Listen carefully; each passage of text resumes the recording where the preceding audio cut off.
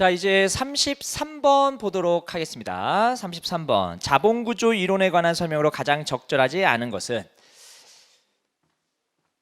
자, 1번. 지분의 분산 정도가 크거나 소유 경영자의 지분율이 낮을수록 자기 자본의 대리인 비용은 증가할 수 있다. 자, 대리인 비용이네요. 대리인 비용. 대리인 비용 중에서 자기 자본 대리인 비용이네요. 자, 대리인 비용. 자기 자본 대리인 비용은 언제 증가합니까? 언제 증가해요? 지분의 분산 정도가 작아서 내일 아닌 것처럼 생각해서 감시 기능이 약화될 때, 그 다음에 소유 경영자의 지분율이 낮아서 내 회사라고 생각하지 않을 때, 그때 자기 자본 대리 비용, 특권적 소비라든지 이런 것들이 발생하겠죠. 1번 맞고요. 2번 밀러의 균형부채 이론입니다. 밀러의 균형부채 이론은 뭡니까? 균형부채 하에서 무부채 기업의 가치와 부채 기업의 가치는 같다, 무관련 이론을 주장하죠. 그러면 맞는 문장 2번 맞고요. 3번 자본 조달 순위 이론은 뭡니까? 기존 주주 입장에서 좋은 투자안이 있을 때 어떠한 순서대로 자본을 조달을 해야 되냐. 일단 내부 유보금, 그 다음에 부채 발행, 그 다음에 제3자 배정 유상 증자입니다. 요 세 가지 순서대로 자본을 조달하게 되면은 주주 가치가 극대화된다. 기존 주주의 가치가 극대화된다. 그런 얘기인데, 그거는 최적 자본 구조, 부채가 좋냐 자기 자본이 좋냐, 그거에 대한 얘기를 해주지는 못하죠. 그거에 대해서 설명을 못한다. 4번 타인 자본 대리 비용이네요. 부채 대리 비용, 위험 선호 요인, 과소 투자 요인, 재산 도피 요인, 이런 것들이 타인 자본 대리 비용에 속하죠. 자, 5번 MMA에 의하면 법인세가 존재하는 경우에 부채 비율이 상승하게 되면 가중평균 자본 비용은 어떻게 되냐라고 했을 때 여러분들이 이거 맞는 거 아니야 라고 생각할 수도 있겠지만, 자, 왁을 계산할 때 이렇게 계산을 하죠. 그러면 부채 비율이 증가를 하면 얘가 증가하는 거잖아요. 얘가 증가를 하면 얘가 감소를 하죠. 그러다가 얘는 1로 수렴하고 얘는 0으로 수렴하니까 이쪽은 0이 되고 이쪽은 KD 곱하기 1-T만 남으니까 5번 맞는 거 아니냐 라고 하지만, 여러분 부채 비율이 증가하면 얘가 어떻게 될까요? 얘가 증가해서 부채 비율이 무제한으로 증가하게 되면 재무 위험이 무제한으로 증가해서 얘가 무한대 값이 됩니다. 그러면 여기 있는 값은 무한대 곱하기 0이잖아요. 요 값은 0으로 수렴하지 않을 수 있고 어떠한 특정한 값이 나올 수 있습니다. 그래서 요것만 남지 않는다라는 거예요. 그러면 어떻게 해야 되냐? 자, 왁을 구하는 또 다른 공식이 있죠. 여기서 V분의 B가 상승을 해서 얘가 1로 수렴을 하게 된다면, 그러면 얘가 어떻게 됩니까? 뭐만 남아요? 로 곱하기 1-T만 남죠. 로 곱하기 1-T. 그러니까 KD 곱하기 1-T로 수렴하는 것이 아니라 로 곱하기 1-T로 수렴하는 겁니다. 그래서 5번이 틀린 거예요. 2차 기출에서 나왔고요. 제 객관식 교재에도 있는 문장입니다. 됐죠? 자, 그 다음에 34번.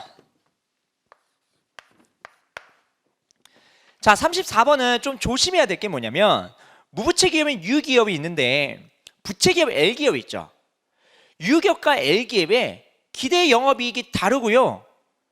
두 기업이 영업 위험을 똑같이 한다라고 어느 곳에서도 언급이 없습니다. 그러니까 영업 위험이 다른 기업이에요. 다를 수 있는 기업이라고요. 영업 위험이.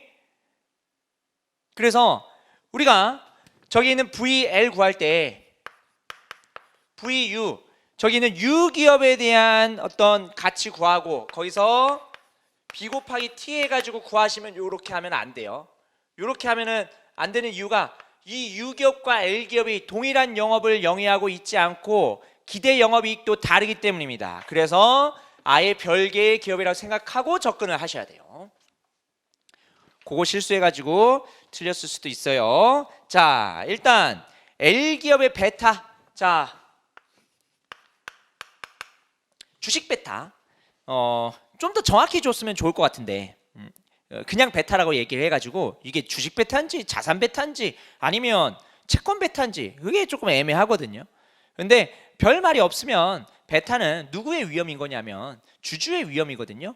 영업위험과 재무위험으로 구성이 되어 있는 위험을 우리는 주주의 위험으로 얘기를 하니까, 그래서 일단 주주의 위험이라고 생각하고 조금 애매하지만 여기 있는 그 L기업의 주식 베타를 구해보도록 하겠습니다. 베타는 어떻게 구합니까? 시장 포트폴리오의 표준 편차 분해, 그 다음에 L기업과 시장 간의 상관계수 곱하기 L기업의 표준 편차, 이렇게 구하시면 되죠. 그러면 대입하겠습니다. 시장 포트폴리오의 표준 편차가 지금 얼마냐면 20%예요. 그 다음에 L기업과 시장 수익률 간의 상관계수의 0.6, 그 다음에 L기업의 표준 편차가 50%. 이렇게 있네요. 그럼 얘가 1.5 나옵니다. 좀 애매하지만 일단 1번, 뭐 저 같은 경우에는 세모로 치겠어요. 어떤 베타인지 안 주어져 있으니까. 자, 그 다음에 유기업의 자기자본 비용. 유기업은 부채가 없어요. 부채가 없어요 지금. 자, 그러면 바로 여기다 써볼까요? 20% 분의 여기 상관계수가 0.49, 그 다음에 유기업의 표준 편차가 20%니까 얘는 0.4가 나옵니다. 0.4가 나오고, 요거를 SML에다가 집어넣으면요, 그러면 뭐가 나와요? 로우가 나오죠. 로우가 얼마입니까? 11% 나옵니다. SML에다 집어넣는 거는 여러분들이 한번 해보시면 되겠습니다. 자, 여러분 여기서 일단 MM이 성립한다고 했고요. 그러면은 부채와 관련된 타인 자본 비용은 그러면 뭘 써야 될까? MM 이론에서는요, 암묵적으로 무위험 부채를 발행했다고 가정을 합니다. 그래서 MM 이론이 성립하고 위험 부채를 발행했다라고 하게 되면은 위험 부채를 쓰면 되긴 하는데, 지금 여기서는 MM 이론을 가정했다고 하고 다른 말이 없기 때문에 무위험 부채를 발행한 거라고 생각하시면 됩니다. 물론 SM을 적용할 때는 무위험 자산의 수익률을 넣긴 하겠지만 나중에 여기 밑에 있는 내용들을 쭉 풀 때 가중평균 자본 비용 구하거나 이럴 때 무위험 부채를 발행한 걸로 우리가 생각을 좀 하셔야 됩니다. 자, 그래서 2번 맞고요. 2번 유기업의 자기자본 비용이면서 유기업의 가중평균 자본 비용이면서 유기업의 영업위험만 반영된 할인율 11%입니다. 됐죠? 자, 여기다가 SML 집어넣으면 뭐가 나올까? 여기다가 SML 집어넣으면 L기업의 자기자본 비용이 나오겠죠. L기업의 자기자본 비용, 얘가 27.5% 나옵니다. 27.5%. 요거는 여러분들이 구하시면 되고요. 그 다음에 L기업의 가중평균 자본 비용 구해볼까요? 그러면 L기업의 가중평균 자본 비용을 구할 때 로우 곱하기 1-t 곱하기 v분의 b 해가지고 구하시면 안 된다는 거예요. 이 로우를 집어넣으면 안 된다는 겁니다. 다른 로우를 집어넣어야 되죠. L기업의 로우를 집어넣어야 됩니다. 요 로우를 집어넣으면 안 되죠. 다른 기업이니까요. 지금 여러분들이 헷갈리게 하기 위해서 지금 유기업과 L기업이라는 표현을 쓴 것 뿐입니다만 아예 그냥 다른 기업이라고 보시면 됩니다. 그러면 이렇게 써야겠죠. KD 곱하기 1-t 곱하기 V분의 B 플러스 K2 곱하기 V분의 S. 요거 쓰시면 되겠죠. 요거 쓰시면 되고요. 자, KD에 얼마? 거기에 무위험 이자율 얼마? 5% 되어 있습니다. 그러면 5%. 그 다음에 법인세율은 40%라고 되어 있나요? 40%. 그 다음에 부채 비율은 100%니까 2분의 1이네요. 그 다음에 K 구했죠? 여기다가 27.5% 구했고 2분의 1. 요거 구하시면 왁이 나오죠. 그러면은 3에서 27.5 더한 다음에 나누기 15.25% 납니다. 그러면 15.25% 이렇게 나오니까 3번이 틀렸습니다. 일단 정답은 3번이고요. 4번, 5번 마저 풀어보도록 하겠습니다. 4번 유기업의 가치. 유기업의 가치는 자 FCF를 여기는 로우로 할인하면 되잖아요. 2억이고요. 1-t가 0.6이죠. 11%에서 유기업의 가치 구하시면 얘가 10.91억 10.91억 이렇게 나오고요. 그 다음에 L기업의 가치와 U기업의 가치의 차이가 얼마가 되냐? 자, 그러면 L기업의 가치를 구해야 되는데 L기업의 가치는 별도로 구하시면 되죠. VU 플러스 B 곱하기 T 해가지고 구하시면 안 돼요. 아예 영업이익도 다릅니다. 그래서 5억이거든요. 5억 기대 영업이익 5억 곱하기 0.6 한 다음에 15.25% 있죠. 요거 15.25% 왁으로 나눠줘서 기업가치 구하시면 됩니다. 그러면 19.67억 19.67억 나오고 요거의 차이가 얼마 나옵니까? 요거의 차이가 19.67에서 10.91 하게 되면 8.76 그러면은 L기업의 가치가 U기업의 가치보다 얼만큼 더 커요? 8.76만큼 더 크네요. 그래서 8.76억이 이렇게 나옵니다. 그래서 5번도 맞는 문장이 되겠습니다. 됐죠? 그 다음에 35번. 자, 35번은 완전 자본 시장을 가정하고 여기에 여러 가지 자본 거래가 있습니다. A부터 볼게요. 주식 배당, 주식 분할 하더라도 자기 자본 가치는 불변이죠. 그렇죠? 주식 배당하고 주식 분할을 하게 되면은 주식의 수는 증가하지만 현금이 들어오거나 나간 건 없으니까 자기 자본 가치는 불변이다. 그래서 A 틀렸고요.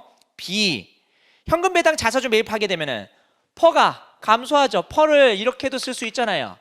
퍼가 주가 나누기 EPS인데 부모 분자의 주식 수를 곱하면 자기 자본의 시장 가치 나누기 당기 순이익입니다. 그렇죠? 자, 자사주 매입을 하든 현금 배당을 하든 얘는 불변이죠. 얘는 불변. 그런데 자사주 매입을 하게 되면 현금이 밖으로 나가고요. 현금 배당을 해도 현금이 밖으로 나가니까 얘는 떨어지죠. 그렇죠? 그래서 현금이 밖으로 나가면요 퍼가 감소합니다.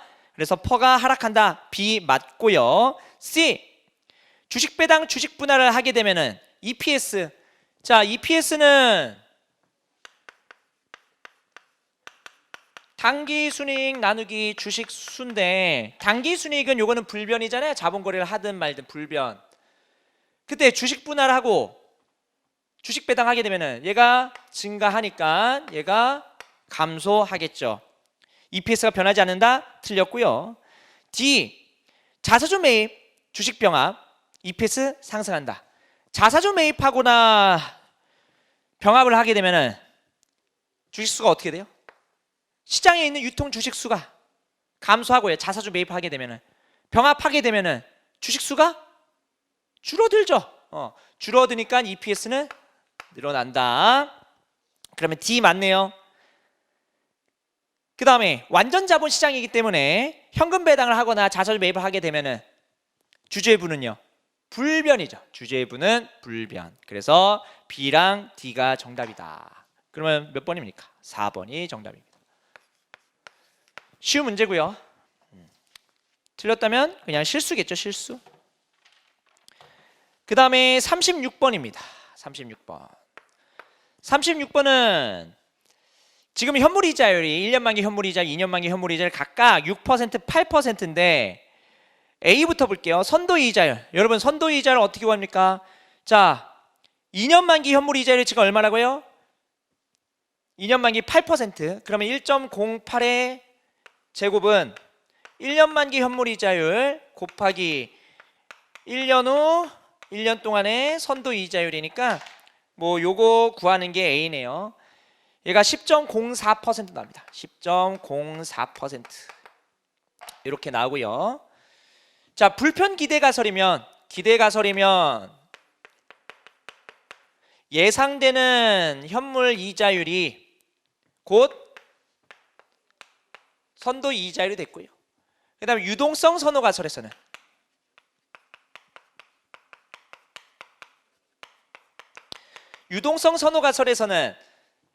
선도 이자율이 어떻게 구성됩니까? 예상되는 현물 이자율에서 유동성 프리미엄을 더해가지고 선도 이자율이 계산되죠. 자, 그러면 B 볼게요. B. 지금 1년 만기 현물 이자율이 얼마입니까? 1년 만기 현물 이자율이 6%죠. 그런데 지금 기대가설에서는 얘가 몇 퍼센트가 됩니까? 10.04%가 되니까 상승이네요.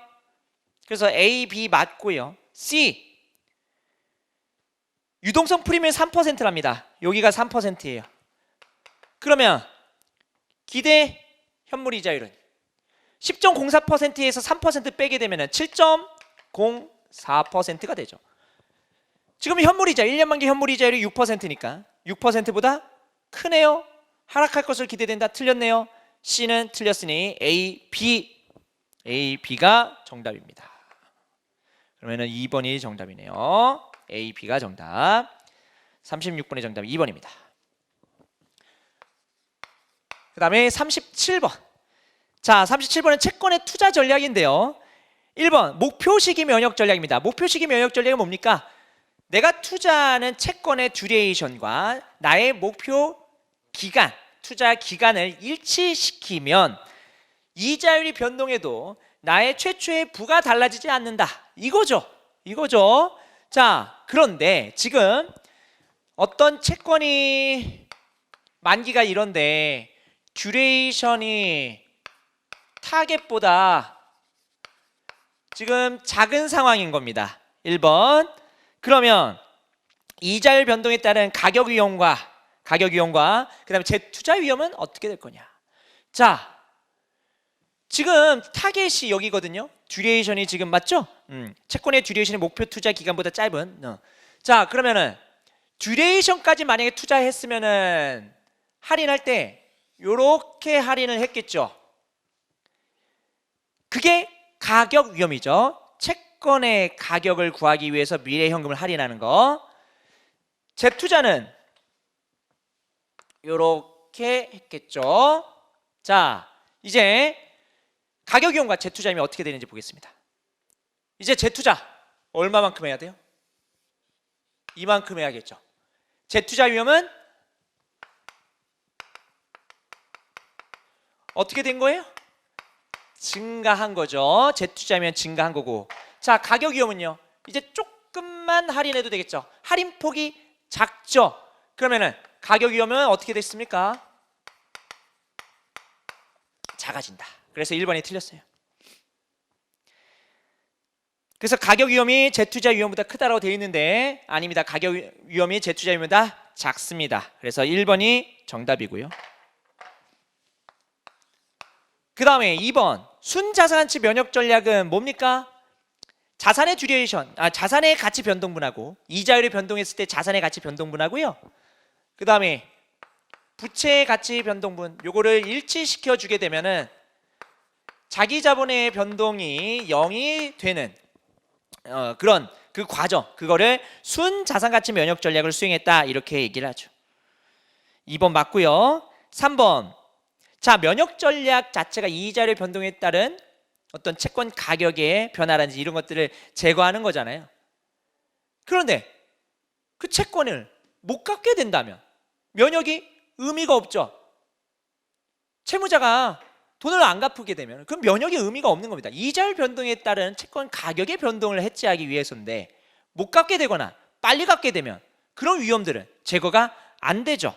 그래서 채무 불이행 위험, 못 갚게 되거나 수의 상환 위험, 빨리 갚게 되거나 이렇게 되면은 면역 전략이 의미가 없어질 수 있다. 그래서 채무 불이행 위험이나 수의 상환 위험은 면역 전략을 통해서 제거되지 않는다. 맞는 문장이 되겠습니다.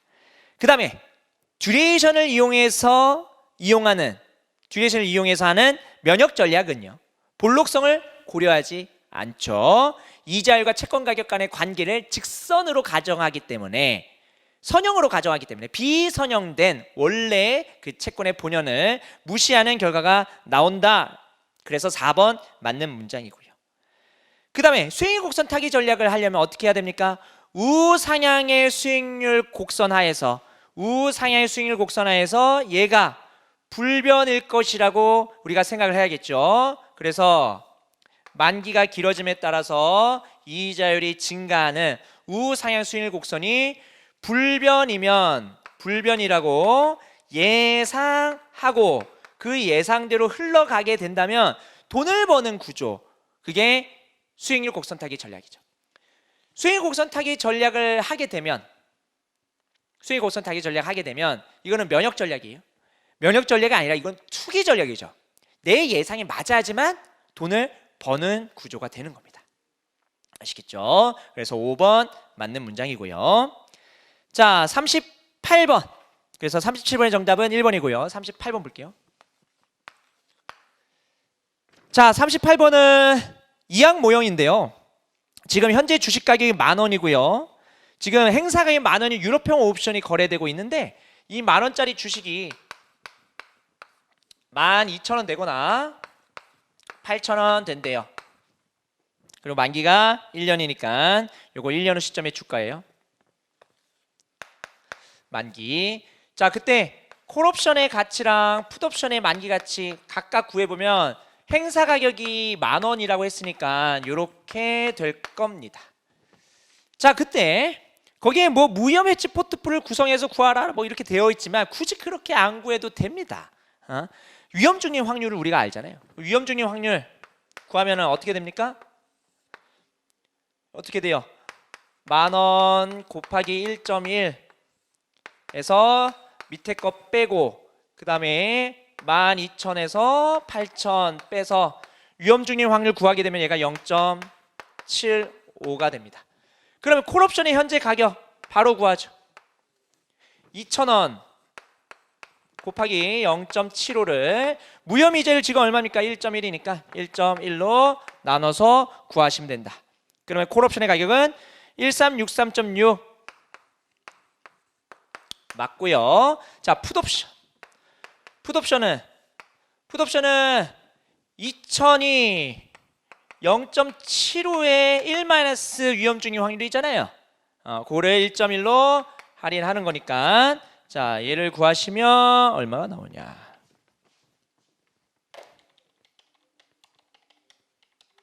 그러면 454.5, 얘가 454.5니까 바로 틀렸네요. 1번 바로 틀렸고요. 자, 그 다음에 우리 3, 4, 5번을 풀 건데요. 주식 한 개를 매입하게 되면은 요거의 변화가 4,000이에요. 그쵸? 요거의 변화는 얼마예요? 2,000이고요. 위에서 아래를 뺀 거예요. 그러면 풋옵션의 변화는 마이너스 2,000이죠.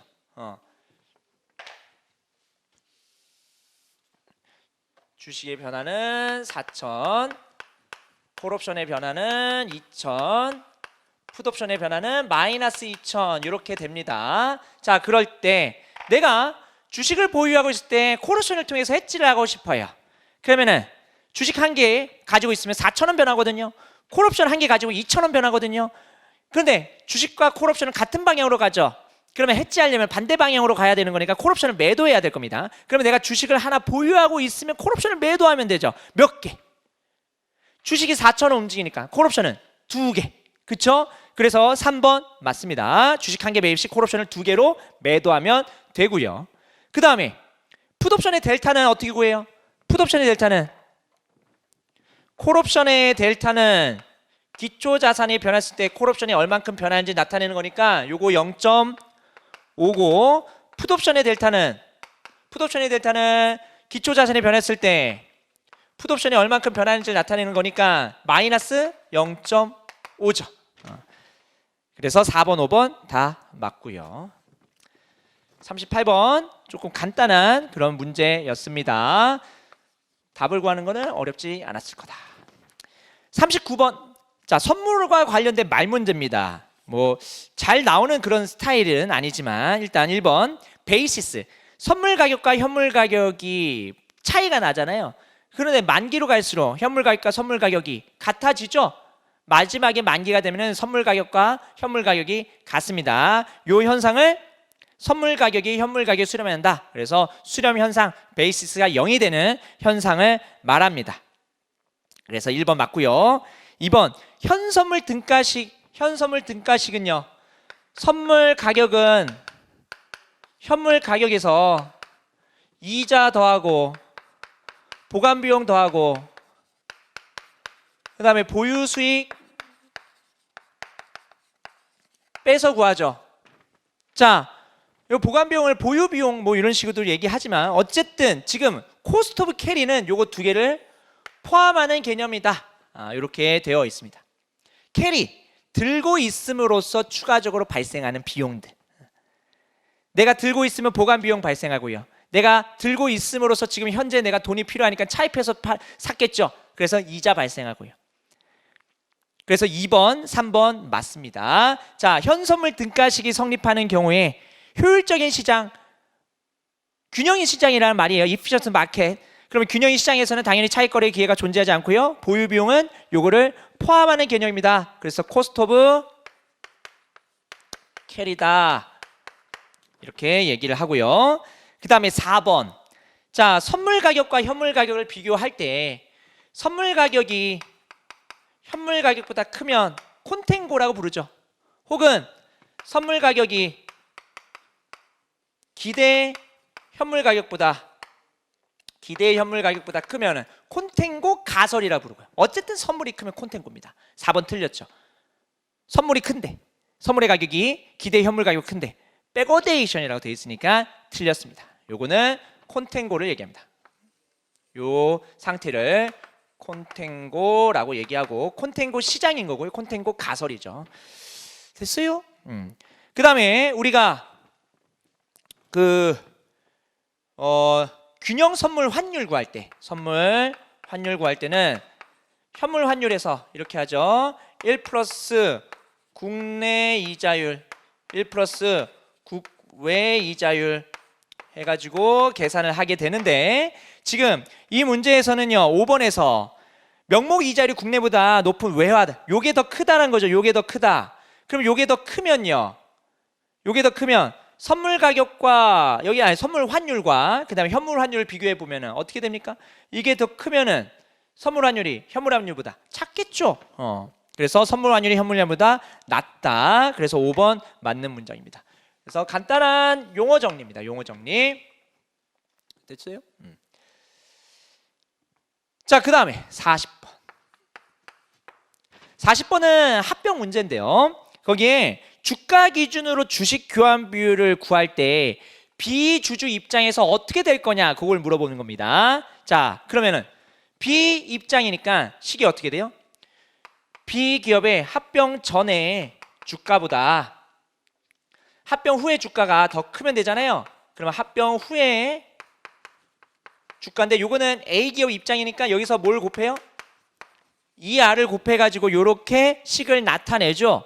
왜 이런 식이 도출되는지는 강평에서는 당연히 생략입니다. 좀 걸리죠 오래. 자, 그러면 요렇게 주가 기준으로 주식 교환 비율의 B 입장에서 최소 주식 교환 비율을 구하는데, 자, 주가를 구하기 위해서 어떻게 구할 수도 있어요? EPS를 이용해서 EPS 곱하기 퍼 이용해서 구할 수 있겠죠. EPS 곱하기 퍼. 그래서 얘를 합병 전에 지금 EPS가 얼마입니까? 2000이고 그리고 15 퍼. 합병 전에 주가예요. 자, 합병 후에 주가 할 때 합병 후에 EPS, 합병 후에 EPS에서 합병 후에 퍼 20, 그 다음에 주식 교환 비율 2R 이렇게 되겠죠? 자, 그러면 합병 후에 EPS 구해야 돼요. 여기 합병 후에 EPS. 근데 거기 보시면 당기순위, 전체 당기순위를 구해야 되는데 A 기업과 B 기업이 합병을 하게 되면은 추가적인 당기순위 시너지는 발생하지 않는데요. 그래서 단순하게 합하기만 하면 됩니다. A기업의 단기순이익 얼마예요? 주당순이 2,500이고 발행주식 만주니까 2,500만? 2,500만. 그 다음에 2,500만이고 그 다음에 B기업은 2,000만이겠네요. 2,000만.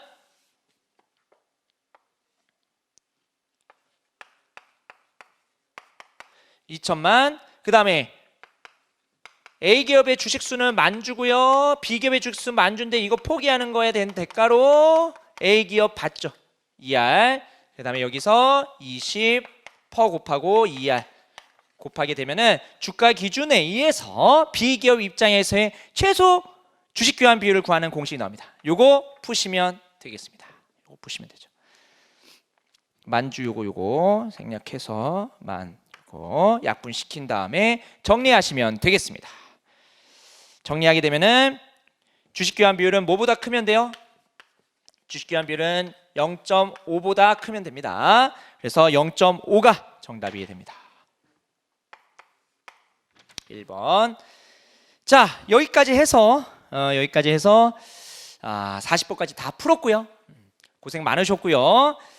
1차 시험은 재무관리에서 비중이 좀 작습니다만 2차에서는 거의 메인이고 1차랑 2차랑 난이도 차이가 꽤 납니다. 그래서 1차를 잘 보면 좋지만 2차랑 갭이 좀 많이 크니까 2차를 준비할 때는 좀 더 깊숙하게 공부를 좀 하고 좀 더 많이 생각하고 뭐 그런 식으로 좀 공부를 하시면 되겠습니다. 자, 강평 여기서 마치고요. 2차 때 또 뵙도록 하겠습니다. 수고하셨습니다.